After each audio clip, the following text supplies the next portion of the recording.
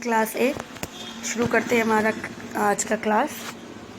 आज हम लोग डिस्कस करेंगे लेयर्स ऑफ सॉइल्स। ये लेयर्स ऑफ सॉइल्स जो है हमने ऑलरेडी किया हुआ था, उसको आज रिपीट कर लेंगे। और आज हम लोग शुरू करेंगे टॉपिक हमारा टाइप्स ऑफ सॉइल्स। तो उससे पहले टाइप्स ऑफ सॉइल्स को शुरू करें हम लोग एक बार वापस से हमारा लेयर्स ऑफ सॉइल्स जो है उसे एक बार देख लेते हैं, ठीक है। तो हमने डिस्कस किया था लेयर्स ऑफ सॉइल्स, जिसको मैंने कहा था इसे किस नाम से कहा जाता है, सॉइल प्रोफाइल के नाम से भी कहा जाता है,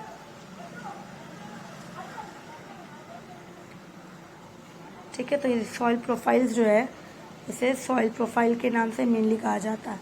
तो लेयर्स ऑफ सॉइल्स को हम लोग सॉइल प्रोफाइल के नाम पे कहेंगे। जैसे पिक्चर्स यहाँ पे सॉइल प्रोफाइल का दिया था, आपका ये वाला है। तो जैसे मैंने बताया था, ये पहला वाला, दूसरा, ये तीसरा, ये ब्लैक वाला जो है ये 4th लेयर्स है। तो कितने लेयर्स हो गए, A, B, C and D।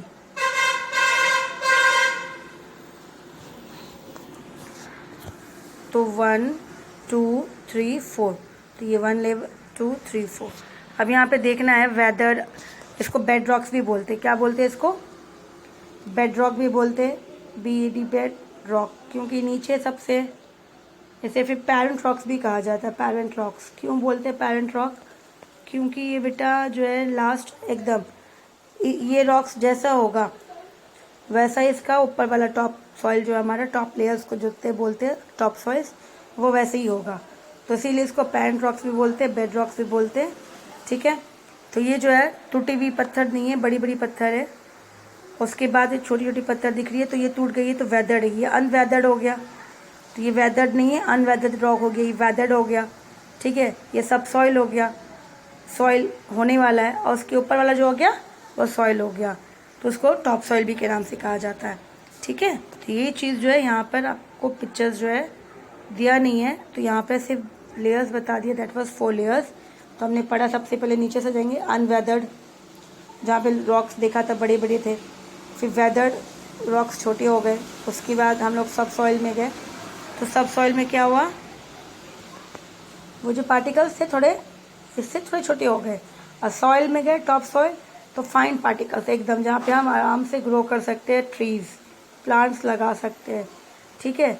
सब सॉइल के बाद टॉप सॉइल आता है। तो टॉप सॉइल में क्या होता है, कंटेंट क्या होती है, ह्यूमस होता है। Humus that is micro organisms, जो सॉइल को क्या करता है, फर्टाइल करता है। जो भी चीज़ें आप मिट्टी में देते हो फिर कुछ दिन बाद आपको दिखता नहीं है वो, तो वो उसको डिकम्पोज कौन करता है, वो ह्यूमस कर देता है।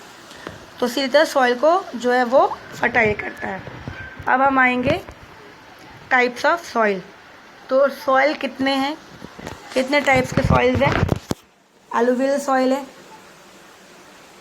ठीक है, बहुत इंपॉर्टेंट है ये। सॉइल फर्टाइल होता है, और ये किससे बना है, clay, sand and silt.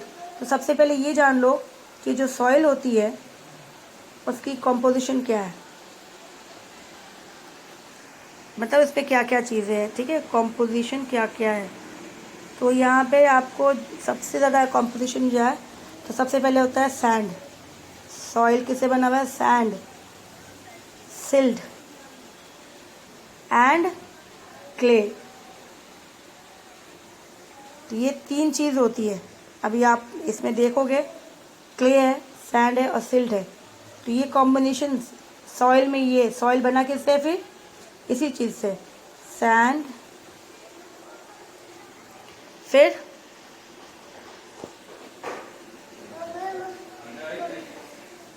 Sand, फिर क्ले एंड सिल्ट। तो इससे क्या होता है, ये तीनों की जो रेशियो है बराबर होनी चाहिए। तो वो सॉइल जो होता है वो हमारा एलुवियल सॉइल हो जाता है, बहुत इसमें जो है गुड क्वालिटी हो जाती है।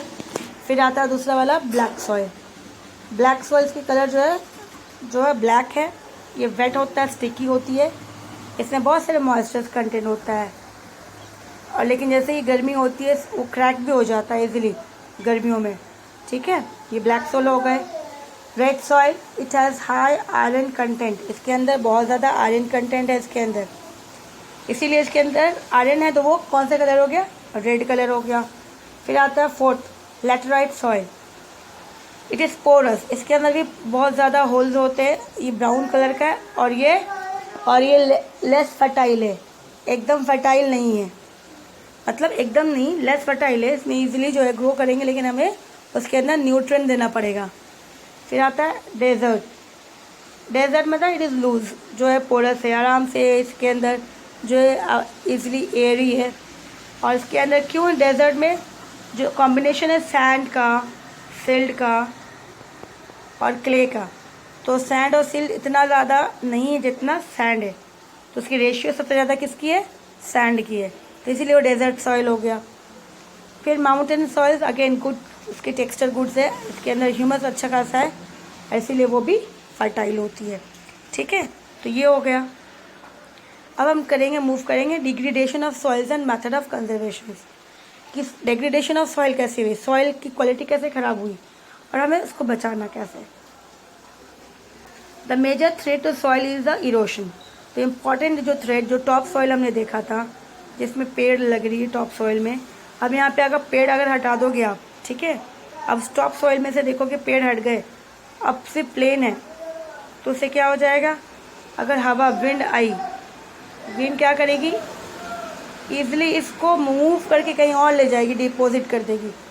तो टॉप सॉइल जो था उसके अंदर क्या था, ह्यूमस था, और ये अच्छी क्वालिटी थी, लेकिन वो ख़राब हो गई, वो कहीं और चली गई, इससे क्या हो गया, वो उसकी क्वालिटी ख़राब हो गई। तो इरोशन एक मेथड प्रॉब्लम है जो बहुत इंपॉर्टेंट है, उसको हमें रोकना कैसे। और डिप्लेशन ऑफ सॉइल, सॉइल की कमी जो होती है, डिप्लेट होती है, डिक्रीज हो जाती है। तो बोथ नेचुरल एंड ह्यूमन दोनों ही रिस्पॉन्सिबल है, एक तो ह्यूमन खुद पेड़ को काट देता है, वो हो गया, और नेचुरली जब विंड हवा बहती है तो भी सॉइल को एक जगह से दूसरी जगह ले जाती है। तो इसी तरह से टॉप लेयर ऑफ सॉइल जो है, अगर हम नेचुरली देखेंगे तो फ्लड के थ्रू, लैंडस्लाइड्स, वेव्स, ये तो नेचुरल हो गया। फिर दूसरा आ गया ह्यूमन एक्टिविटीज़, अगर पेड़ काटते हो, ग्रेजिंग करवाते, बारिश बहुत ज़्यादा वॉश करते हैं, excessive use of chemical fertiliser use करते हैं तो भी हो जाता है। तो इसी तरह से ये मेथड है जहाँ पे हम सॉइल को ख़राब कर देते हैं। तो इससे क्या होता है, सॉइल की फर्टिलिटी क्या हो जाती है, कम हो जाती है, जिसके लिए this affect the fertility of soil. तो ऐसे में अगर आप इसमें कुछ ग्रो करोगे, कुछ लगाओगे, तो वो ख़राब हो जाएगा, उतना ग्रो अच्छा नहीं होगा, प्रोडक्शन इसकी कम हो जाएगी। अब आता है मेथड ऑफ कंजर्वेशन, कि हम उसको कैसे बचाएं, कंजर्व कैसे करें। तो एफॉरेस्टेशन, मतलब हमें क्या करना चाहिए, प्लांट लगाना चाहिए। प्लांट लगाते ही क्या हो जाएगा, सॉइल इरोशन रुक जाएगी।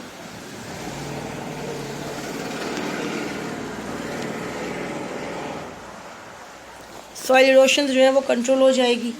फिर mulching, the bare ground between crops is covered with organic matter और drought resistance grasses. Once the grass or vegetation cover the soil, it check for the soil erosions. दो area, जिस area में कुछ नहीं है, खाली पड़ा हुआ है, उस एरिया में आप उसमें ग्रासेस लगा दो या फिर वेजिटेशन लगा दो, तो उससे क्या होता है, वो एरिया जो है धीरे धीरे ग्रो हो जाएगा, उसके अंदर ग्रासेस या वेजिटेशन, तो फिर वो सॉइल इरोशन वहाँ से भी रुक जाएगा। काउंटर बैरियर्स में यहाँ पे कहा गया कि लैंड स्टोन्स है, ग्रास है, अदर वेजिटेशन अगर आप लोग बैरियर्स में लगाते हो, अगर ये पहाड़ है, पहाड़ के आसपास पूरे लगा दो इस एरिया में, तो इसी तरह से वो क्या है कि यहाँ की मिट्टी कहीं और नीचे नहीं जाएगी, तो इसी तरह से इसको कहा जाता है काउंटर बैरियर्स। इसी तरह से इजीली पानी को भी कलेक्ट कर लेंगे, पानी भी कहीं और आगे नीचे नहीं जाएगी। फिर रॉक डैम्स, इससे क्या करेंगे, huge piece of rocks piled up in up place, अगर आप लोग आराम से पत्थर इकट्ठा कर लेते हैं एक एरिया में, इस तरह से पाइल अप कर लेते हैं जगह में पत्थर को, तो क्या हो गया, इससे क्या हो सकता है, जो बारिश की पानी है एटलीस्ट उसकी जो फ्लो हो जाएगी वो कम हो जाएगी, वो रुक जाएगी। अब बारिश की पानी जब आएगी तो साथ में वो सॉइल भी लेके आएगी, तो वो वहीं रह जाएगी, आगे नहीं बढ़ेगी। ये मेथड भी अच्छा है। टेरेस फार्मिंग भी चाहिए कि जैसे मोस्टली जो माउंटेन्स में देखा जाता है कि स्टेप वाइज इसमें फार्मिंग किया, फिर यहाँ पे फार्मिंग किया, तो इस तरह से स्टेप फार्मिंग हो जाता है। इसको स्टेप फार्मिंग भी कहा जाता है। तो पानी के साथ साथ मिट्टी भी आगे नहीं बढ़ेगी और वहीं रुक जाएगी। ठीक है, क्रॉप्स लगाते हैं इसे। तो फिर आता है इंटरक्रॉपिंग। अगर आप लोग इसमें जैसे कहा गया इंटरक्रॉपिंग में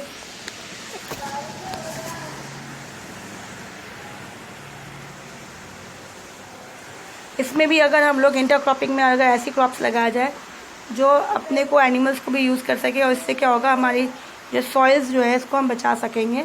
इस तरह से वो ऑल्टरनेटिव। ठीक है, एक बार पेज पीछे चला गया।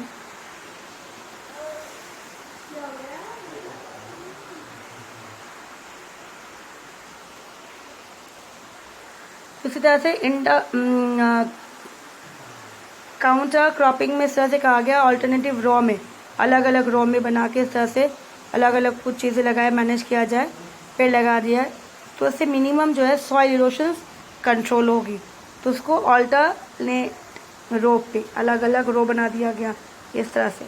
ठीक है, इसके साथ साथ counter plugging is also same कि यहाँ पे जो भी हम पैरेलल लाइन्स पे या फिर इस तरह से जो है यहाँ पे पेड़ लगा रहे, एक लाइन से स्ट्रेट लाइन से लगाया दूसरा, तो अगर मान लेते कि एक से क्रॉस हो गया तो दूसरे में कहीं रुक जाएगा, दूसरे से क्रॉस हो तो तीसरे में तो रुकेगा ही रुकेगा। इसी तरह से इसको काउंटर प्लगिंग की नाम से कहा जाता है, जहाँ पे हम प्लांट लगाए या वेजिटेशन लगाए। ठीक है, shelter bed is also same thing कि यहाँ पे कहा जाता है various row of trees are planted.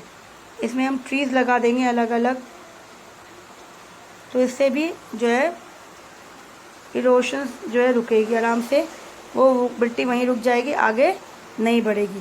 तो these are different methods through which we can protect the soil erosion जो है उसको हम आगे बढ़ने से रोकेंगे। आज यहीं करते क्लास, आगे जो है नेक्स्ट क्लास में चलेंगे क्योंकि डिस्टर्बेंस बहुत ज़्यादा हो रही है, बारिश भी हो रही है।